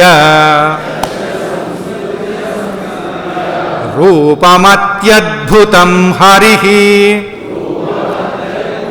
హరేః విస్మయో మే మహాన్ రాజన్ హృష్యామి చ పునః పునః. ఓ రాజా, శ్రీకృష్ణుని ఆ అతి అద్భుతమగు విశ్వరూపమును మరలా మరలా స్మరించుచును కూడా నాకు అత్యంతమైనటువంటి ఆశ్చర్యము కలుగుతూ ఉన్నది, మరలా మరలా సంతోషాన్ని పొందుతూ ఉన్నాను. చిన్మయానందులారు కూడా అంటారు, వాసుదేవుని రూపమే మనోహరం, అక్కడ వారిద్దరూ ఇట్లా ఉండడం ఇంకా మనోహరం. కానీ ఎటువంటి వాసుదేవుని గురించి అనుకుంటూ ఉన్నారట? రెండు విషయాలు చెప్తారు చిన్మయానందులారు. ఒకటి, ప్రతి నామరూపానికి ఆధారంగా, నామరూపానికి ఆశ్రయంగా, వాటి వెనక, వాటి క్రింద, వాటికి అంతా సర్వము తానే ఉన్నారో ఆధారంగా ఆశ్రయంగా ఉండేటటువంటి సబ్స్ట్రాటమై ఎవరైతే అధిష్టానమై ఉన్నారో వారి యొక్క రూపం కనపడుతూ ఉంది. మరొక విషయం, ప్రతి అనుభూతికి ఎవరైతే ఆధారంగా ఉంటారో, మనం ఏ అనుభూతిని పొందినా ఆ అనుభూతి మనసులో పొందుతాం. ఆ మనసు ఆత్మశక్తి వల్లనే అది పొందబడుతూ ఉన్నది కనుక ఆత్మ ఆధారంగా మనసుకుంటూ ఉంది. Every experience that we undergo, the Atman is the substratum and the one who gives us the capacity to experience it. ప్రతి అనుభూతికి పరమాత్మ యొక్క కృప లేనిదే పొందలేం. ఇటువంటి దివ్యానుభూతికి ఇంకేం చెప్పాలి? అటువంటి ప్రతి నామరూపానికి ఆధారంగా ఆశ్రయంగా, ప్రతి అనుభూతికి ఆధారంగా ఆశ్రయంగా ఎవరైతే వాసుదేవుడు ఉన్నారో ఆ యొక్క రూపాన్ని మరలా మరలా తలుచుకుంటే మరీ మరీ సంతోషం కలుగుతోంది నాకు. ఒకటి. రెండవది, ఆ విశ్వరూపాన్ని చూపించారు కదా కొన్ని అధ్యాయాల కిందట, విశ్వరూపాన్ని చూపెట్టారు కదా, ఆ విశ్వరూపం నాకు మళ్ళీ మళ్ళీ ఆ విశ్వరూపం అర్జునుడి కోసం చూపిస్తే వ్యాసుని కృప వల్ల మీరు ఆపర్చునిటీ ఇచ్చినందువల్ల నాకు దొరికింది కదా విశ్వరూపం చూసేటటువంటి అవకాశం అని అటువంటి ఆనందం మరలా మరలా నాకు వస్తోంది. మరీ మరీ దాన్ని తలుచుకొని ఆనందిస్తూ ఉన్నాను. అదే మరలా మరలా గుర్తుకొస్తోంది ఆ భగవంతుడి విశ్వరూపం. భగవంతుడి విశ్వరూపం చూడాలంటే ఎంత పుణ్యం, ఎన్ని జన్మల భాగ్యం ఉండాలో ఆలోచించుకోవాలి. ఆయన విశ్వరూపం దర్శనం ఇస్తున్నారని తెలిస్తే అనేక లోకాల నుంచి అనేక మంది, సూక్ష్మ లోకాల నుంచి, ఉత్తమ లోకాల నుంచి చాలామంది వచ్చి అక్కడ ఉంటారట.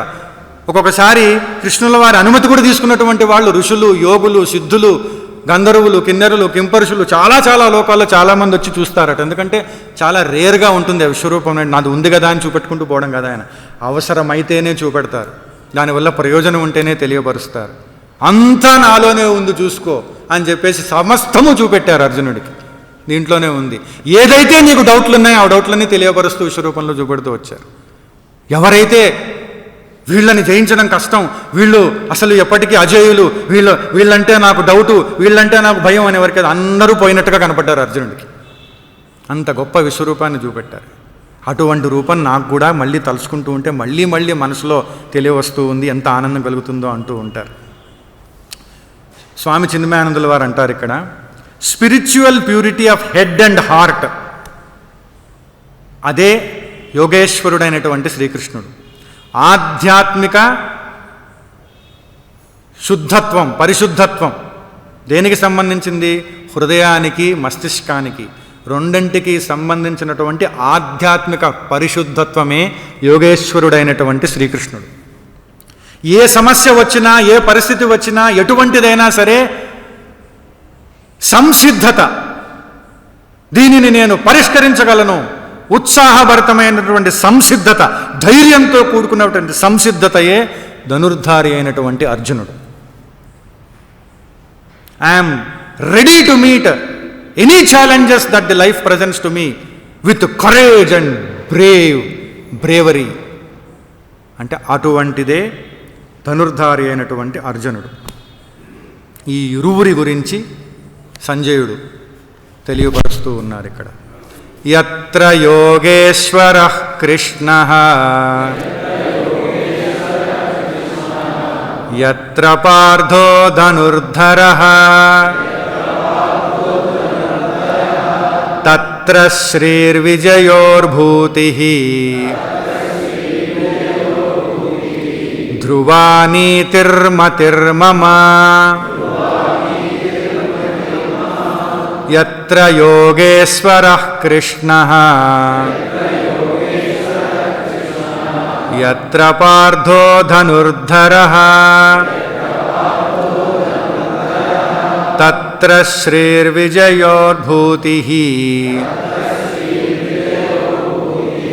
ధ్రువా నీతిర్మతిర్మమ యత్ర యోగేశ్వరః కృష్ణః ఏ పక్షమున మాయాధీశ్వరుడగు భగవంతుడు ఉండునో, యత్ర ధనుర్ధరః పార్ధరః ఏ పక్షమున ధనుర్ధరుడగు అర్జునుడు కలరో, తత్ర ఆ పాండవ పక్షమున శ్రీహి రాజ్యలక్ష్మియును, ఇంకొక అర్థం సంపదయును, విజయ విజయమును, భూతి వైభవము అనొక అర్థం, అభ్యుదయమును అని మరొక అర్థం. ధ్రువా నీతి స్థిరమగు రాజనీతి అంటే న్యాయ వ్యవస్థ. ఇతి మే మతి అని నా అభిప్రాయము. శాశ్వతంగా ఉంటాయి ఇవన్నీ. అంటే ధ్రువ అనేటటువంటిది అన్నిటికీ వర్తిస్తుంది అని పెద్దవారు వ్యాఖ్యానం చేసినప్పుడు చెప్తూ ఉంటారు. ప్రతిదానికి శాశ్వతంగా ఉంటాయి. శ్రీకృష్ణుల వారు జ్ఞానయోగానికి ప్రతిరూపము, యోగేశ్వరుడైనటువంటి శ్రీకృష్ణుల వారు. అర్జునుల వారు కర్మయోగానికి ప్రతిరూపము. అంటే కర్మయోగము ద్వారా అంతఃకరణ శుద్ధిని పొంది జ్ఞాననిష్ట యోగ్యత లక్షణాన్ని సిద్ధింపజేసుకుంటే తరువాత దాని ప్రతిఫలంగా అద్వైత అమృత రూపమైనటువంటి మోక్షం సిద్ధిస్తుంది. వీరిద్దరూ ఉండడానికి సంకేతం ఏమిటి అని అంటే కర్మయోగం ద్వారా అంతఃకరణ శుద్ధిని పొంది జ్ఞానయోగ నిష్ట యోగ్యతా రూపమైనటువంటి సిద్ధి ద్వారా మోక్షం ప్రతిఫలిస్తుంది. అది వీరిరువురు ఉండడము అని చెప్పేసి. ఇంకొకటి ఏమిటి అనంటే, మరొకరు చెప్పేది ఏమిటి అనంటే, ఏ పక్షమునైతే వీరిరువురు ఉంటారో వారి పక్షాన్నే విజయలక్ష్మి వరిస్తూ ఉంటుంది. అట్టి రాజ్యలక్ష్మి ఉత్తరోత్తరాభివృద్ధిని పొందుతుంది. నీతి అవశ్యంగా ఎప్పుడూ కూడా ఉంటుంది, శాశ్వతంగా ఉంటుంది అనేటటువంటి విషయం. అంటే ఎవరికైతే ఈ రెండూ కూడా ఉంటాయో, అంటే ఇంతకుముందు స్వామి చిన్మయానందరావు చెప్పినటువంటి విషయం, ఆత్మజ్ఞాన అవగాహన హృదయంలో మస్తిష్కంలో, తరువాత ధైర్యంతో అంటే ధృతితో కూడుకున్నటువంటి సంసిద్ధత, ఎటువంటి పరిస్థితినైనా ఎదుర్కొంటాను, ఏదైనా నేను చేస్తాను, చేపడతాను, సాధిస్తాను. ఈ రెండు ఎవరికైతే ఉంటాయో అటువంటి వారి దగ్గర ఇవన్నీ ఉంటాయి. విజయము ఉంటుంది, సంపద ఉంటుంది, వైభవము ఉంటుంది, అభ్యుదయము ఉంటుంది, స్థిరమగు నీతి ఉంటుంది. ఈ రెండు ఉండడం చాలా ముఖ్యము అని చెప్పి చెప్తారు. ఈ రెండు చాలా ఉత్తమోత్తమైనటువంటివి. జీవుడు ఎప్పుడైతే ఉపనిషత్తులో ఉండేటటువంటి ప్రణవంతో, అంటే ఉపనిషత్ ప్రణవంలో ఉండేటటువంటి తత్వజ్ఞానంతో సంసిద్ధుడవుతాడో భగవంతుడు అప్పుడే అతనిని రెండు చేతులు తెరిచి తన బాహువులలోకి కౌగిలిలోకి ఆహ్వానం చేసుకొని కలుపుకుంటారు. ఉపనిషత్తు యొక్క ప్రణవంతో, ఉపనిషత్తు ప్రణవానికి సంబంధించినటువంటి తత్వజ్ఞానంతో ఎప్పుడైతే భక్తుడు సంసిద్ధుడవుతాడో అప్పుడు ఇట్లా ఓపెన్ ఆర్మ్స్తో భగవంతుడు పిలిచి తనలో కలుపుకొని విలీనం చేసుకుంటారు. అటువంటి పరిస్థితి వస్తుందట. అంటే ఈ ఇద్దరు ఉండడం వల్ల అటువంటి పరిస్థితి వస్తుంది అని. ఏ యుధిష్ఠిరుని యొక్క పక్షంలో సర్వయోగ సిద్ధులకు ఈశ్వరుడు, సర్వజ్ఞుడు, సర్వశక్తిమంతుడు భగవంతుడు శ్రీకృష్ణుడు, భక్తుల దుఃఖకర్షణుడు అంటే భక్తుల దుఃఖాలని ఆకర్షించి తీసివేసేటటువంటి నారాయణుడు ఉన్నారో, ఎచ్చట గాంధీవధారియగు అర్జునుడు నరుడు ఉన్నాడో అంటే నరనారాయణులు ఎక్కడ ఉన్నారో ధృతరాష్ట్రుడికి చెప్తున్నాడు ఈయన. నరనారాయణులు ఎక్కడున్నారో, ఏ పక్షంలో ఉన్నారయ్యా? యుధిష్ఠిరుడి పక్షంలో ఉన్నారు, పాండవ పక్షంలో ఉన్నారు, నీకు పుత్ర సమానుడైనటువంటి ధర్మరాజు పక్షంలో ఉన్నారు. అటువంటి వారిని రాజ్యలక్ష్మి శ్రీహి, శత్రు పరాజయ నిమిత్తమైనటువంటి ఉత్కర్ష అంటే అటువంటి గొప్పదనము, అటువంటి విజయము, భూతి, రాజ్యలక్ష్మి ఎక్కడ ఉత్తరోత్తరాభివృద్ధిని పొందుతుందో అటువంటిది స్థితి భూతి. నీతి న్యాయమును తప్పక ఉండి తీరతాయి అని ధృతరాష్ట్రుడు చెప్తున్నారంటే, ఇప్పటికైనా మేలుకో నాయన, నువ్వు డెఫినెట్లీ విక్టరీ వాళ్ళదే. ఎందుకంటే అక్కడే ఉన్నాయి ఇవన్నీ, అక్కడే వాళ్ళదే విజయము, ఉత్తరోత్తరాభివృద్ధి, న్యాయం అక్కడే ఉంది, నీతి అక్కడే ఉంది, ఎప్పుడు అక్కడే ఉంటుంది, నీ దగ్గర కాదు. అట్లీస్ట్ అక్కడ అభిప్రాయపడతారు వ్యాఖ్యానకర్తలను, ఇప్పుడైనా మేలుకుంటాడేమో లాస్ట్ మినిట్లోనైనా, ఇప్పుడైనా ధృతరాష్ట్రుడు చెబితే ఆగిపోతుంది, ఇప్పటికి కూడా చెబితే ఆగిపోతుంది. కానీ ఆయన అంతే, ఆయన అలాంటి విధంగా వెళ్ళిపోతారు. అందుకని ఏమిటంటే ఎప్పుడూ కూడా ఇక్కడ మనకు చెప్పేది ఏమిటంటే, చిన్మయానందుల వారు ఒక చోట అభిప్రాయపడతారు, ఎప్పుడూ కూడా ఇది టైమా భగవద్గీత మొదలు పెట్టడానికి తెలుసుకోవడానికి అని అనుకోకండి. Every moment is the moment for Bhagavad Gita. ఎప్పుడు మీకు అనిపిస్తే అప్పుడు స్టార్ట్ చేయండి.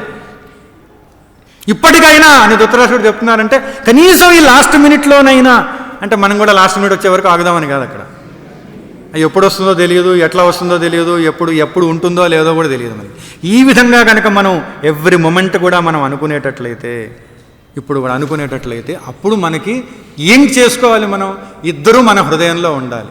కృష్ణుడు ఉండాలి, అర్జునుడు ఉండాలి.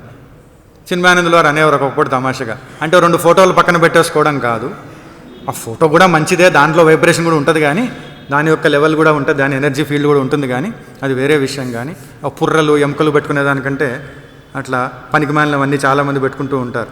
భగవంతుడిని కనుక పెట్టుకునేటట్లయితే ఆ భగవంతుడి ఎనర్జీ ఫీల్డ్ పక్క నుండి బ్లెస్సింగ్స్ ఇస్తుంది, అది వేరే విషయం. కానీ ఇంకొకటి ఏమిటి అని అంటే, ముఖ్యంగా ఇక్కడ చెప్పేది, ఆ విధంగా ఇద్దరూ ఉంటే మన దగ్గర ఆధ్యాత్మిక అవగాహన ఉన్నటువంటి శ్రీకృష్ణుడు, ధైర్యంతో ధృతితో కూడిన సంసిద్ధత ఉన్నటువంటి అర్జునుడు ఉంటే ఏదైనా సాధించవచ్చు. అన్నీ వీరి దగ్గరే ఉంటాయి. సక్సెస్ సీక్రెట్ ఇదే, ఎవర్ లాస్టింగ్ సక్సెస్, ఎప్పుడో ఒకసారి వచ్చేది, ever lasting success and the total justice and continuous growth, never ending growth అంతా ఇక్కడ ఉంటుంది వీరిద్దరు ఎక్కడైతే ఉంటారో. ఓం తత్సదితి శ్రీమద్భగవద్గీతాసు ఉపనిషత్సు బ్రహ్మ విద్యాయాం యోగశాస్త్రే శ్రీకృష్ణార్జున సంవాదే మోక్ష సన్యాసయోగో నామ అష్టాదశోధ్యాయః. కేవలం భగవంతుని యొక్క కృప వలన, అనుగ్రహం వలన ఈ విధంగా మనందరము కూడా తెలుసుకోవడం జరిగింది. కేవలం భగవంతుడి అనుగ్రహం, గురువుల యొక్క ఆశీర్వచనం ఉంటేనే ఈ విధంగా 18వ అధ్యాయం ఫలసహితమైనటువంటిది, అతి అద్భుతమైనటువంటిది తెలుసుకునే అవకాశం ఉంటుంది. ఇలా జరగడానికి మీరందరూ కారణమై ఉన్నారు. మీరు లేకుండా ఉంటే ఈ జ్ఞానయజ్ఞం ఇక్కడ జరిగేది కాదు. కావున శ్రీకృష్ణుల వారి యొక్క, వ్యాసుల వారి యొక్క, సమస్తమైనటువంటి దేవతల, భగవంతుని యొక్క, గురువుల యొక్క, గురు పరంపర యొక్క అనుగ్రహము, ఆశీర్వచనము మీపై సదా ఉండాలని నేను ప్రార్థిస్తూ ఉన్నాను. అలాగే ఎంతోమంది సేవకులు ముందుకొచ్చి సంసిద్ధతను చూపెట్టి అనేక కార్యక్రమాల్లో వారి వంతు సేవను వారు చేస్తేనే ఈ కార్యక్రమం ఇక్కడ ఏర్పడుతుంది.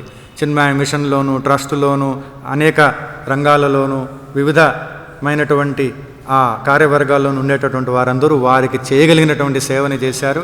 కనుక వారందరిపైన కూడా భగవంతుడి యొక్క, గురువుల యొక్క కృప, కటాక్షము, అనుగ్రహం, ఆశీర్వచనం ఉండాలని నేను ప్రార్థిస్తూ ఉన్నాను. అలాగే అనేక మంది వ్యక్తమవుతూ అవ్యక్తంగాను సహాయ సహకారాలను అందించారు. వారందరికీ కూడా నేను కృతజ్ఞతాపూర్వకమైనటువంటి నమస్సులు తెలియజేస్తూ భగవంతుడి సద్గురువులకు ఆశీస్సులను ప్రార్థిస్తూ ఉన్నాను వారిపై ఉండాలని చెప్పేసి. అలాగే మనకు చిన్మయ మిషన్ కానీ, సేవా ట్రస్ట్ కానీ అనేక వింగ్స్ ఉన్నాయి ఇక్కడ. వారందరి యొక్క సహాయ సహకారం వల్లే జరిగింది కనుక వారందరికీ కూడాను భగవంతుని యొక్క ఆశీస్సులు ఉండాలని కోరుకుంటూ, ఈ అవకాశాన్ని మనకు కలిగించినటువంటి గురువులు స్వామి చిన్మయానందుల వారు ఈ విధమైనటువంటి పరంపరని ప్రారంభం చేశారు. ఆయన ఈ విధంగా జ్ఞానయజ్ఞాలు చేయడం అనేటటువంటిది దేశ విదేశాల్లో ఆయన ఈ విషయాన్ని అంతా తీసుకొని వెళ్ళి తెలియపరుస్తూ వచ్చారు. ఆ మార్గం గుండానే మనం కూడా ఇక్కడ చేయడానికి మనకు అవకాశం దొరికింది. కనుక స్వామివారికి, వారి గురువులు తపోవన్జీ మహారాజ్ గారికి, ఆదిశంకరుల వారికి, యావత్ గురు పరంపరకి, భగవానుడు శ్రీకృష్ణుల వారికి, పరమేశ్వరుల వారికి కూడా శతసహస్ర సాష్టాంగ దండవత్ ప్రణామాలు మనందరి తరఫున అందిస్తూ ఓ